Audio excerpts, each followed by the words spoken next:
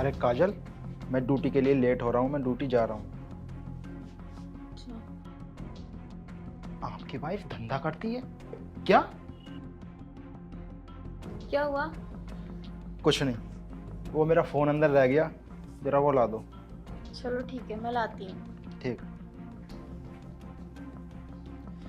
ये तो क्या नाप शराब बक रही है, मेरी बीवी धंधा करती है।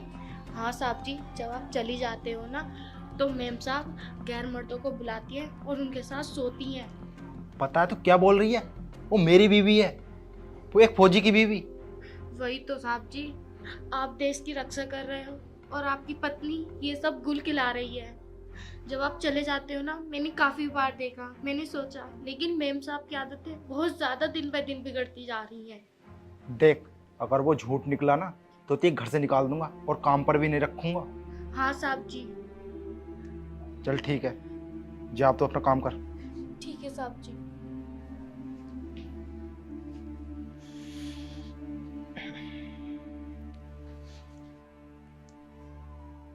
हेलो, अरे तुम कहाँ रह गए?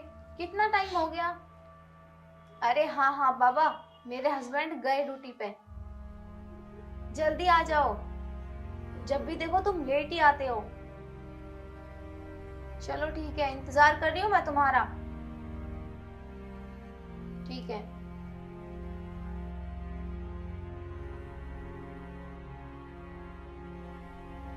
जैसा जैसा मैंने तुमसे कहा था बिल्कुल वैसा ही हो रहा है ना? हाँ बिल्कुल वैसी हो रही है। अब करती हूँ मैं साहब जी को फोन। ये लड़का आ गया है। हाँ, साहब जी आकर इसे रंगे हाथ पकड़ लेंगे।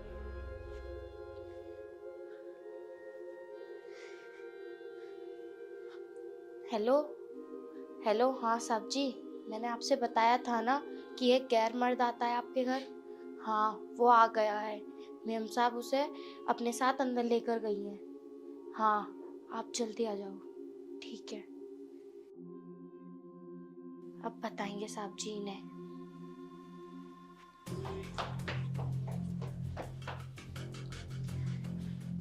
अरे शांति, आ गया वो? हाँ साहब जी आ गए और वो दोनों अभी अंदर की तरफ गए हैं। आज तो मैं उसे रंगे हाथों पकड़ ही लूंगा। एक काम कर, तू अपना काम कर, मैं अपने आप देख लूंगा। ठीक है साहब जी। ठीक है, जा। सामान सारा ले आए? बिल्कुल सारा। तो लाओ फिर दो।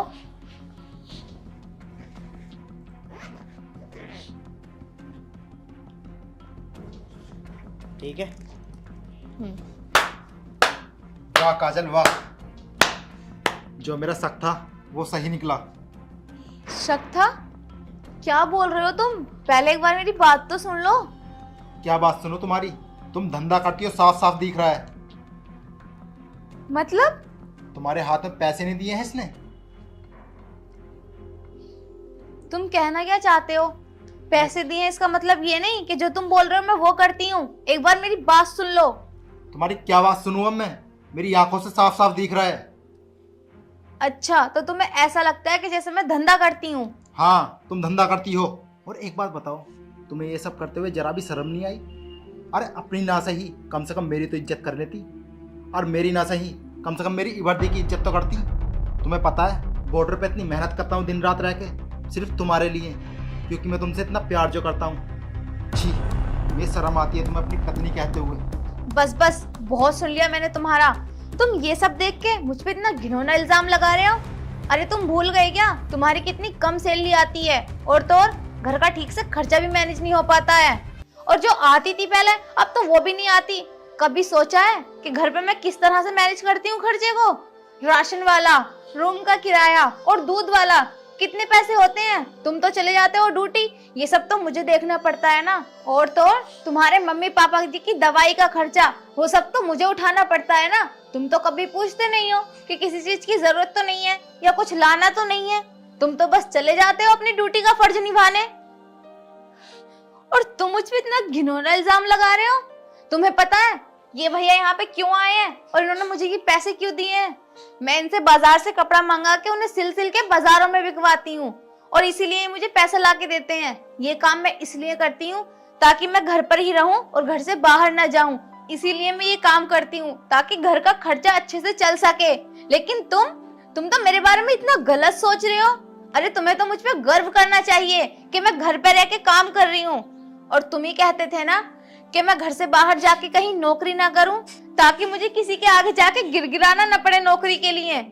यही चाहते थे ना तुम, तो मैंने ये काम नहीं किया और मैं घर पे ही रह के काम करने लगी ताकि तुम्हारी हेल्प हो जाए। लेकिन तुम तो मुझ पे इतना गंदा इल्जाम लगा रहे हो। क्या कहा था तुमने कि मैं धंधा करती हूँ? छी, मुझे तो शर्म आती है कि मेरा ही पति मुझ पे इतना गंदा, इतना घिनौना इल्जाम लगा कैसे सकता है। मैं ही पागल थी जो तुम्हारी मदद करने चली थी। काजल, मुझे माफ कर दो। मैं तुम पे कितना घिनौना इल्जाम लगाने चला था। आगे से मैं ऐसी कोई गलती नहीं करूंगा। और भाई साहब, आप भी मुझे माफ कर दो। ठीक है, अगर तुम्हें अपनी गलती का एहसास हो ही गया है तो मैंने माफ कर दिया। मोहित, तुम भी जाओ दुकान का काम संभालो। ठीक। तुम भी जाओ, अब क्या खड़े देख रहे हो फौजी साहब? ठीक है, मैं ऑफिस चलता हूँ। ठीक है। हाँ, ऑफिस ही हो गया।